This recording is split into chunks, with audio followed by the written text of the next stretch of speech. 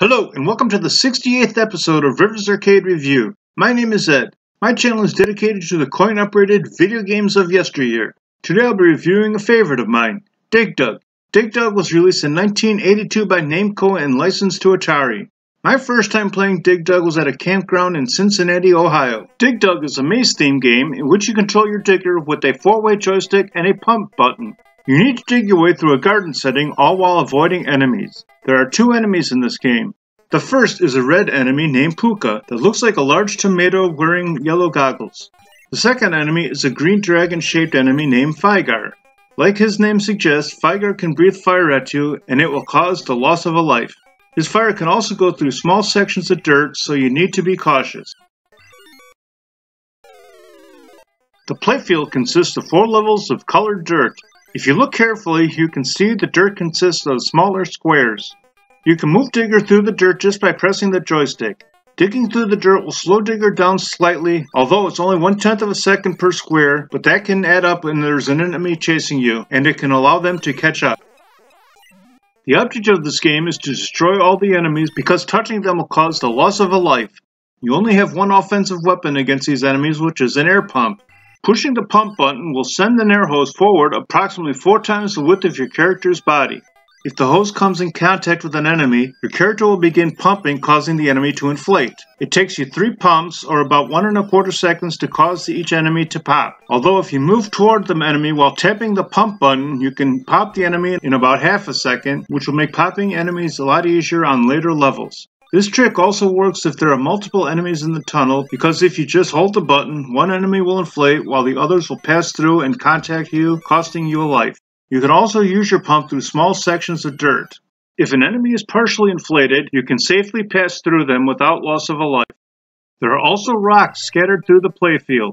You can use these rocks to crush and destroy the enemies, although you need to be careful because they can also fall on you and cause the loss of a life. To dislodge a rock, all you need to do is dig up to the bottom of the rock and it will wobble and then fall. You are able to hold up the rock if you hold the joystick upward, and this will allow you to keep the rock in place until you move away. Once a rock is dislodged, it will fall as far as there is tunnel, although it will also fall through small portions of dirt, and once it hits solid ground, it will break and disappear. You will earn more points for crushing the enemies than popping them. Dropping 2 rocks will cause a bonus item to appear that you can collect for bonus points. If you don't destroy the enemies in a timely fashion, they will be able to turn into ghosts, which you can only see their eyes, and then they will travel through the dirt. You need to destroy all the enemies to advance to the next round. Once you get down to 1 enemy, they will become a ghost and take the shortest path to the upper left side of the playfield. Once it reaches the top, it will escape and then the round will end. The scoring for the game is as follows. The deeper you go in the garden, the more points you will get for popping each enemy. The scoring is determined by which color of earth you are in when you destroy the enemy. You'll earn 500 points for popping an enemy in the lowest color, 400 points for the next level up, 300 points for the next level up, and for the top level and above you will earn 200 points. Due to the extra danger of Fygar's flames, you will earn double the points for popping him horizontally. So from the bottom section upward, you will receive 1,000 points, the next section will be 800, then 600, and then 400. You will also earn 10 points for each square of dirt you dig up. Scoring for crushing enemies with a rock is as follows. Crushing 1 monster will award you 1,000 points, 2 monsters will award 2,500 points, 3 monsters will award 4,000 points, 4 monsters will award 6,000 points, 5 monsters will award 8,000 points, 6 monsters will award 10,000 points, and 7 will award you 12,000 points. The bonus items and their point values are as follows.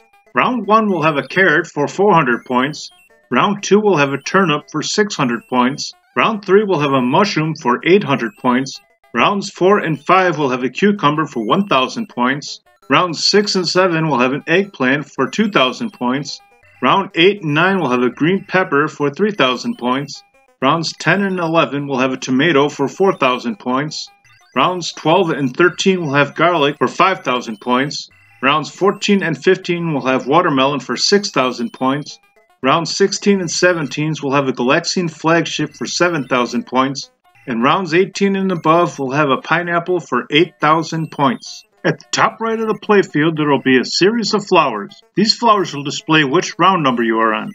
There will be one white flower that corresponds to the number in the far right column of the round number. There will also be a large red or yellow flower for every 10 rounds you complete. Although if you are on levels 100 or 200, the counter will show 0 with no flowers. Also, every 4 rounds, the colors of the dirt will change. This is only a graphical difference and does not change the scoring. After losing your last life, you have the option to continue at the beginning of the round you died. Unlike most games of the time, you must hold the pump button while pressing the player start button, otherwise you will go back to round 1.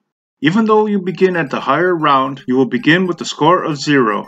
Management has a setting to turn off the continue option. Dig Dug has a game ending glitch.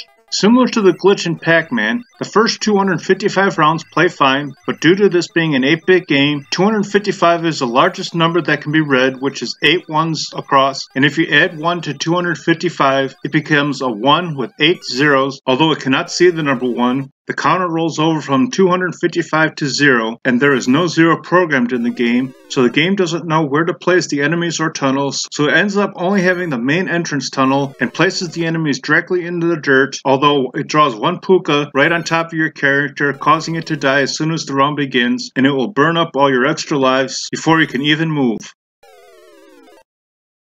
I really enjoyed playing this game and highly recommend playing it if you can find it in an arcade or on an emulator. I enjoyed this game more than Mikey, but not as much as Pac-Man, so Dig Dug tunnels its way into the 22nd position overall. Thanks for watching, I hope you enjoyed it. If you have any games you'd like me to review, please leave a message below or on my homepage. Please remember to like, share, and subscribe, and stay tuned to new videos every Wednesday and Sunday.